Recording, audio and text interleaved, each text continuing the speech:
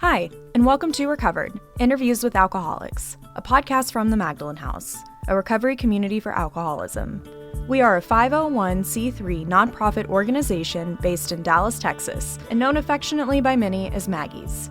Every first and third Wednesday, we share an episode from one of our 3 podcast series. In the Recovered series, a recovered alcoholic active in our community shares experience from their recovery journey as they work the 12 steps to achieve sobriety and sustain recovery.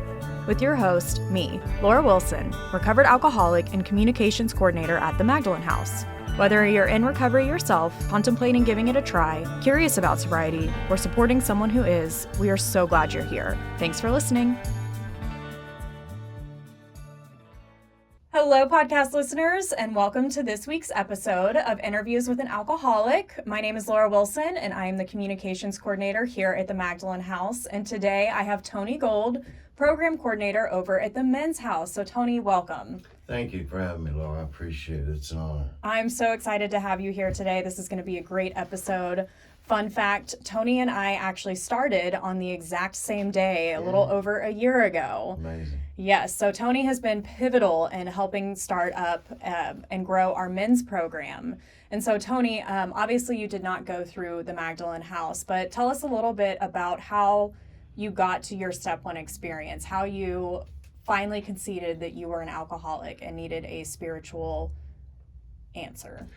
I entered the rooms, the facility on November 19th of 2019, not voluntarily. I was, my sister kind of dropped me off there. It was more like a tuck and roll, Tony. But there I was, and I had nowhere else to go, so I wanted to pay attention. Fear kept me sober for a while. And I did what my sponsor told me to do, and I worked all 12 steps, and I thought I'd surrendered. I went to Walgreens, it was a day off, and I saw that Sutter Home wine display, and I didn't buy it then. Now the obsession had been removed. I'd crossed going and coming to work. I would pass a 7-Eleven, and I'd get cottonmouth every time. One day I went back to the facility in the afternoon, and I was washing clothes, and all of a sudden I realized I didn't get cottonmouth coming home. So I tried to figure out when that started. Laura, to this day, I can't tell you when that started. The obsession had been removed. That was the first time I realized the program was working. Fast forward to 5 months and 2 days later, Sutter Home wine display, didn't buy it. Went about my day, even walked to Kroger to get snacks to get me through the week. And late in the afternoon, it had hit me a couple times during the day. Did not call my sponsor, didn't go help somebody, didn't talk to the sponsor, always on duty. Things that I'd done for 5 months and 2 days, it didn't even come up. Strange mental blank spots, as they say in the book. So I talked myself into it. I'm sitting there in my cubicle, and I had the devil on one shoulder, alcoholism, and the person that got lost somewhere along the way on the other shoulder. And I said, Tony, what you really want is cold beer, right? Yeah, I want cold beer. That sounds good. We're not going to do that.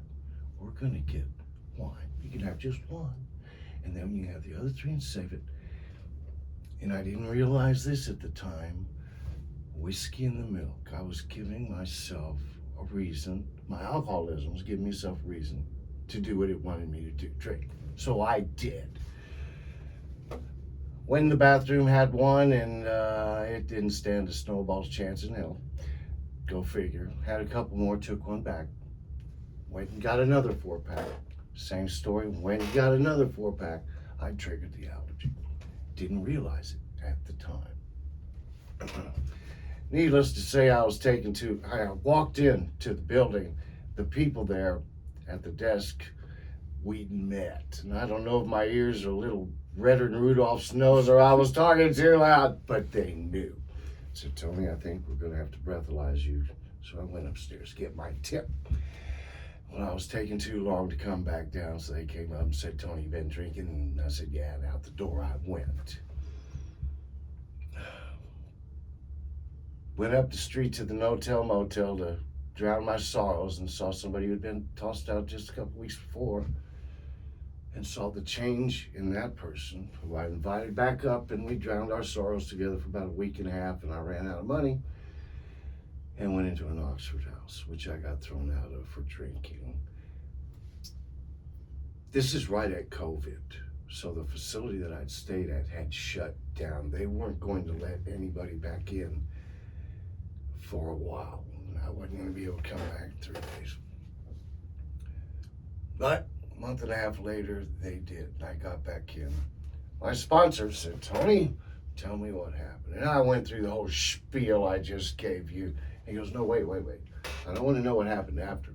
What happened before that made it a good idea to drink? Who told you to have a drink? Aren't you paying attention? I'm telling you. He goes, Tony, who gave you permission? I gave myself permission, which meant I was still running the show, which meant I hadn't surrendered. So the rest of the 12 steps didn't make a bit of difference.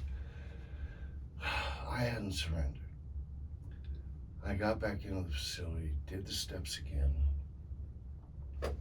That's when the book became not just a book of stories, it became a book of foreshadowing of my future. Tony, this is you every single time.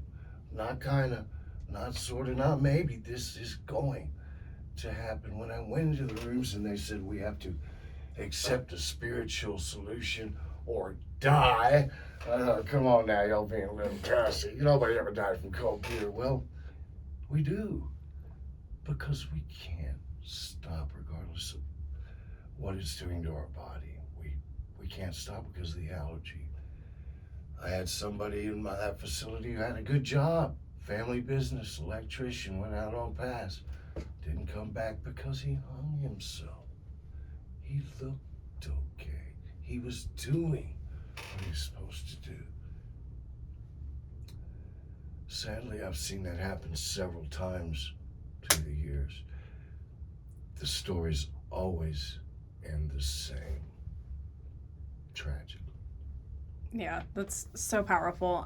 So, you know, what I hear a lot of when you're talking is obviously you told us what that mental obsession looks like, and I know relapse is a lot of people's stories. Would you say that relapse is what really made you fully concede and realize that you were powerless in every sense of the word? Yes, I've read the stories. They 1, 2, and 3, and 4, into the first 58 pages, 63 pages, and I thought I understood it. I get that. I know what I need to know. And it says knowledge won't save us, but deep down inside, I like cold beer, and I wanted to keep drinking. I was trying. My alcoholic mind was still trying to hold on. My solution, not my problem, didn't want to stop being the solution. It didn't want me to go to a new solution that has, this solution is trying to murder me and make it look like suicide, and I'm holding up on my end of the bargain. It doesn't want me to put it down. I turned that over to a spiritual solution that has only good things in store for me, and good things just seem to keep happening. I mean, 5 years ago, working with a bunch of drunks was the last thing I wanted to do. If I get right, why would I keep coming back? Right.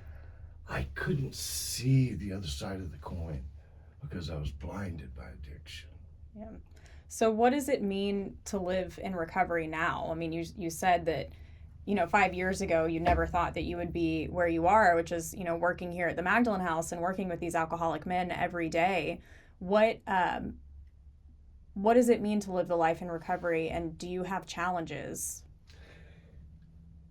Good question. In the book, one of the first things I read was, once we surrender to the spiritual solution, we'll find a life infinitely more better than any we have ever known. I thought that was the biggest crock of crap I'd ever heard. It's true. good things just keep happening because I'm not in charge. My life is so much easier when I stop running it into the ground. Everything's easier. They're still alive. There's still problems.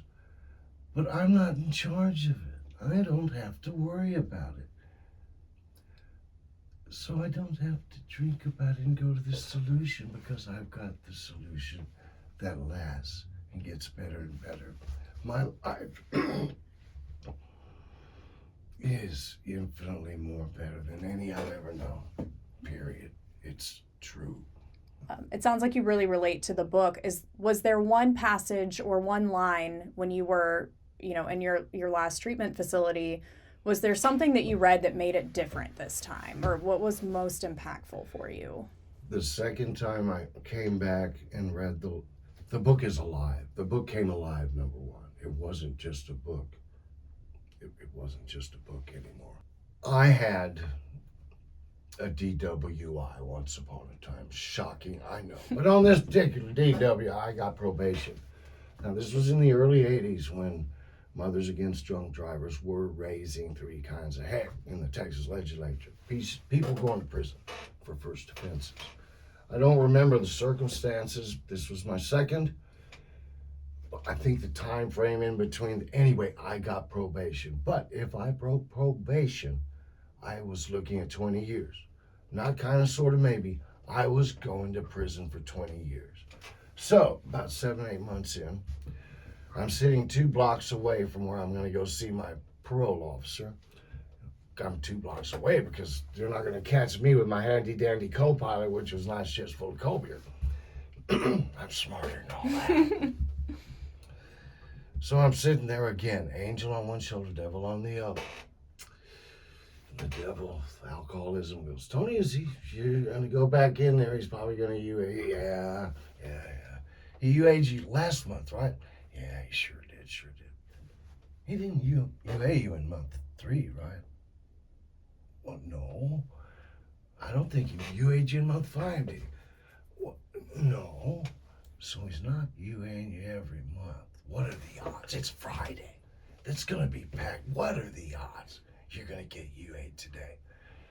And I'm thinking, I don't know. And Laura, somehow I had a beer in my hand to think about it. So might as well. And I drank the beer, had Tic Tacs, gonna be good. Sweating bullets walking in. I did not get UA'd. Came out of there and not going, phew, I thought I was just slicker than a peeled egg. Knew it.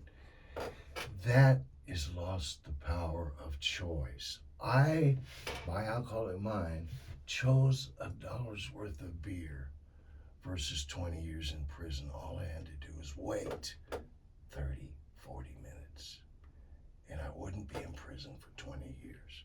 Nope, I felt lucky. Which brings me to the line in the book. The appalling, utter lack of perspective. We can't weigh anything, what's more important in this world, because we've lost that power of choice. It's more important than anything else. We used to have it with us in our life, and now our life centers around it, because it's our higher power, not our problem.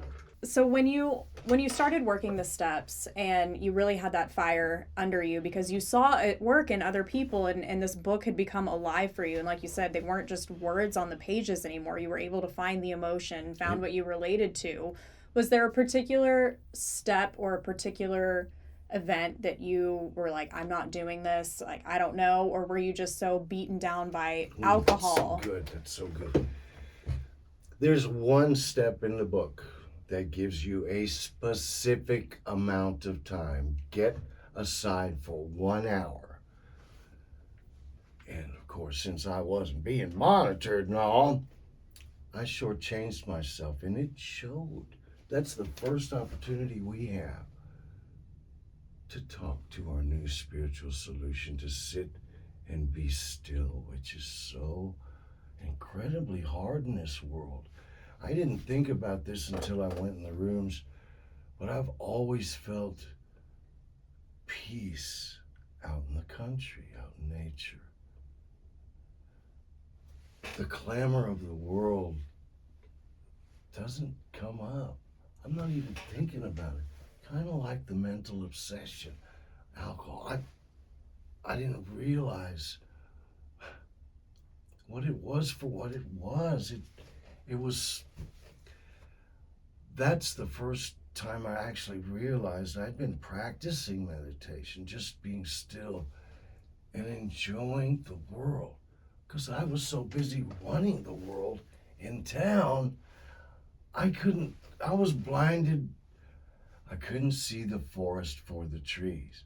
Went to go see the redwood forest in California, but all these damn trees are in the way. Right. Did you have a hard time when you heard the word? Like, it sounded like you could absolutely get on board with the mental obsession and the allergy of the body. Did you have any prejudice against the term spiritual, or because, again, you were so beaten down, were you open to it, or what did that look like for you?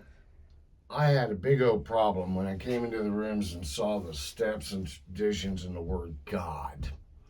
I turned away from Catholicism years ago, and I went into a Knights of Columbus meeting, which is a group within the Catholic community that helps the community. And all I saw when I walked in was a bunch of guys in a pissing contest who was going to be large and in charge, and I walked away. But I didn't realize I was just walking away from the religion. I was turning my back on something that was deeply instilled in me, the spiritual part of it. So I had a problem with the God thing. But in the spiritual principles, the steps, the 12 steps, they went out of their way to take the whole God issue out so that we could get to spirituality. The second time I was able to do that, I was able to stop playing the God that I grew up with and turn it over to a spiritual nature that I felt in nature. I was able to equate the two and to just be and let something else run the show. And it took time, but by daily saying hello during the middle of the day and then thanking at night, asking for the power to do His will, my mind changed. The pathways in my mind changed. You heard the expression stuck in a rut? That's a real thing in the brain. The synapses are used to firing in a certain order in your mind. They create pathways, ruts.